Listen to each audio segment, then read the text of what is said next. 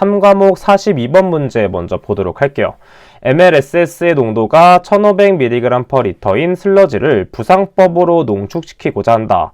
압축 탱크의 유효 전달 압력이 4기압이며 공기의 밀도가 1.3g/L, 공기의 용해량이 18.7ml/L일 때 ASB를 구하는 문제가 되겠습니다. 자, 이때 유량과 F값이 주어져 있는데 유량은 대입하지 않기 때문에 따로 필요가 없고 처리수의 반송이 없기 때문에 R값도 필요가 없습니다. 자, 이때 F값만 활용해주면 되겠죠. 자, ASB를 암기했다고 가정을 하고 그대로 대입하는 방법만 한번 알아보도록 하겠습니다. 자, ASB는 말 그대로 공기와 고형물에 대한 비율이 됩니다. 상대적으로 암기할 때 분모에는 고형물에 관련된 게 들어가고 분자에는 상대적으로 공기에 관련된 게 들어간다라고 암기해 주시면 되겠습니다. 따라서 분모에는 뭐가 들어간다? 고형물이기 때문에 SS가 분모에 들어간다라는 걸 알 수가 있고, 그 다음에 분자에는 공기에 대한 비율이기 때문에 1.3 곱하기 그 다음에 SA 값은 무엇이냐면 공기의 용해도를 대입해주면 됩니다. 용해량 ml/L 단위를 대입해주면 되고, 그 다음 괄호 F값 곱하기 압력 P 마이너스 1을 해준 다음에 곱하기 반송비를 곱해주면 되겠죠. 하지만 지금은 반송비에 대한 언급이 없기 때문에 그냥 대입을 안 해주면 되겠고, 나머지 부분에 대해서는 단위 환산을 할 필요가 없기 때문에 그대로 대입해 주도록 합니다. 자, 그럼 ASB는 이렇게 한번 대입을 해보도록 하겠습니다.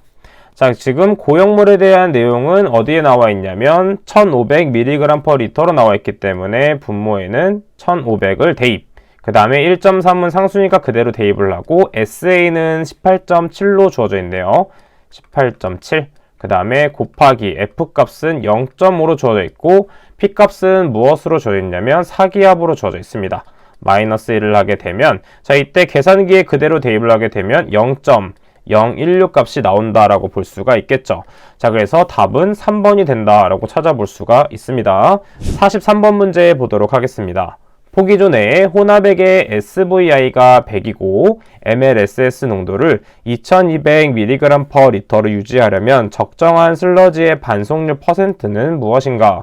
유입수의 SS는 무시한다고 했습니다. 자, 그럼 일반적인 반송률 공식과 SVI 공식을 합쳐서 보시면 되는데, 먼저 일반적인 반송비 공식을 한번 적어보도록 하면, 먼저 SS의 반송량 SSR-MLSS 분의 MLSS 마이너스 유입 SS량 SSI가 되겠습니다. 유입수의 SS는 무시한다고 했기 때문에 해당 SSI는 무시해주면 되겠죠.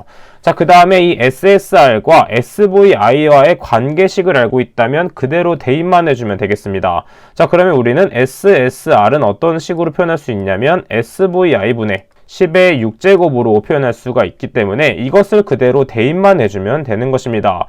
따라서 SVI가 100이기 때문에 여기에 100을 대입하게 되면 SSR은 100분의 10의 6제곱이 되고 100은 10의 제곱이기 때문에 SSR은 10의 4제곱이 된다라고 볼 수가 있습니다. 따라서 우리는 반송률 %를 바로 구할 수 있고 말 그대로 %이기 때문에 위의 식에서 곱하기 100을 더 해주면 되겠죠. 자, 그래서 10의 4제곱 마이너스 2200분의 2200이 되겠고 곱하기 100을 해줘서 계산기에 그대로 대입을 하게 되면 28.21%가 된다라고 볼 수가 있습니다. 따라서 정답은 2번이 된다라고 찾아볼 수가 있겠죠. 48번 문제 보도록 할게요. 사이드 스트림을 적용하여 생물학적 방법과 화학적 방법으로 인을 제거하는 공정은 무엇인가?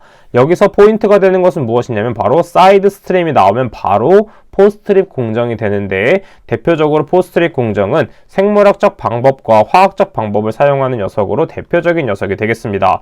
따라서 포스트립 공정에 대한 내용을 반드시 숙지하고 있어야 됩니다. 정답은 2번이 되겠습니다. 51번 문제 보도록 하겠습니다. 폐수 처리에 관련된 침전 형태로 입자 간에 작용하는 힘에 의해서 주변 입자들의 침전을 방해하는 중간 정도 농도의 부유액에서의 침전은 무엇인가? 전체적인 침전 상태는 총 4가지로 볼 수가 있습니다. 첫 번째는 혼자서 침전하는 독립침전. 자, 이때 대표적으로 독립침전하는 것은 침강속도 VG가 적용된다라고 볼 수가 있겠죠. 자, 왜냐하면 각자 내려갔을 경우에는 그렇게 부피가 크지 않기 때문에 부딪히는 경우가 없고 자유롭게 침전을 할 수 있고 일반적으로 침사지에 적용되는 것이 1형 침전이 되겠습니다. 자, 그러면 2형 침전부터는 짝꿍이 생기는 거예요. 즉, 한 두세 덩어리씩 뭉쳐 다닌다라고 생각을 해주면 되겠습니다. 그래서 점점 침전 속도가 증가한다라는 걸 알 수가 있고, 이때는 약품 침전지가 2형 침전에 해당된다라고 볼 수가 있겠습니다. 자, 그 다음에 3형 침전은 이제 무리가 점점 더 커지는 것입니다. 두세 명이 아니라 5명에서 9명, 많게는 10명 이상씩 다닌다라고 보면 되겠죠. 자, 길거리를 다닐 때 10명씩 다니게 되면 무조건 상대방과 부딪히게 되어 있습니다. 그래서 상대적으로 이동하는 것을 방해할 수 있기 때문에 입자 간에 작용하는 힘에 의해서 주변 입자들의 침전을 방해하는 녀석이 바로 이 3형 침전이 되겠습니다. 그리고 계면 침전이라고도 부를 수가 있게 되는 것으로서 아래에 해당되는 보기는 3번이 정답이 된다라고 찾아볼 수 있고, 마지막으로 안밀 침전은 이렇게 마구 모여들어서 점점 수분이 빠져들어서 탈수가 일어나는 시설, 즉 농축 시설에 많이 적용되는 녀석이 바로 이 안밀 침전이 되겠습니다. 자, 그래서 각각 사람이 다니는 것을 생각하면서 적용한다면 충분히 풀 수 있기 때문에 독립은 혼자, 그리고 점점 아래로 내려갈수록 무리가 커진다라고 봐주시면 되겠습니다. 53번 문제 보도록 하겠습니다. 회전 원판법. RBC의 장점으로 가장 거리가 먼 것을 보도록 하겠습니다. 자, 회전 원판법은 쉽게 생각했을 때 우리가 잘 알고 있는 CD 같은 것들이 모여져 있다라고 생각을 해주면 되겠죠.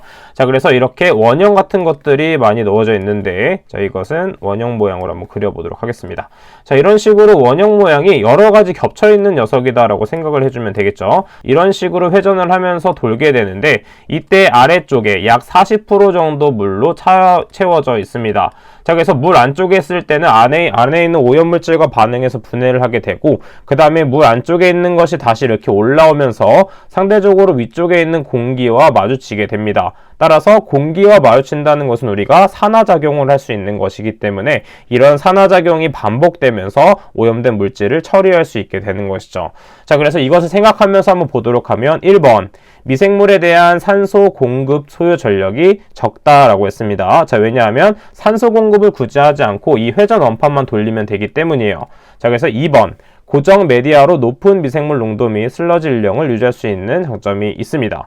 자, 그 다음 3번 기온에 따른 처리 효율에 영향이 적다고 했는데, 지금 보게 되면 포기조와는 다르게 오픈된 상태로 이런 식으로 진행이 되기 때문에 파리가 꼬일 수도 있고, 기온이 낮을 경우에는 온도가 낮아져서 그만큼 기온에 따른 처리 효율의 영향이 크다라고 볼 수가 있겠습니다. 따라서 영향이 적은 것이 아니라 크다라고 볼 수가 있게 되는 것이죠. 따라서 장점으로 가장 거리가 먼 것은 3번 보기가 정답이 되겠습니다. 자, 59번 문제 프로흔들리 등온식에 대해서 보도록 할게요. 필기와 실기에서 출제되는 문제라고 볼 수가 있습니다. 따라서 반드시 암기해야 되는 공식이고 한번 문제를 보도록 할게요.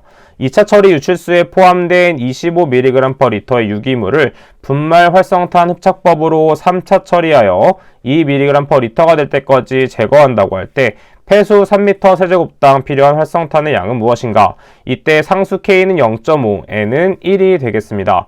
자, 그럼 공식을 알고 있다는 가정하에 공식을 적어보도록 하면, 먼저 필요한 활성탄의 양 M분의 흡착된 유기물의 양 X는 어떻게 구할 수 있냐면 상수 K 곱하기 흡착되고 남은 유기물의 양 C 분의 n분의 1제곱이 된다라고 볼 수가 있겠죠.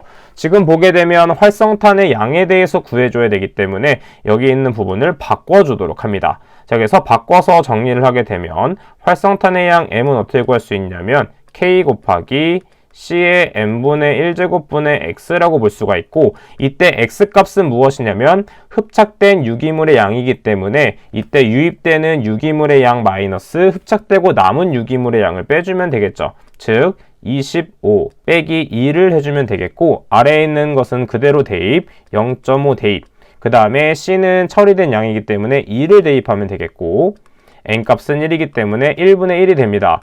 자, 그래서 그대로 대입을 하게 되면 23mg/L라는 값이 나오게 되겠죠.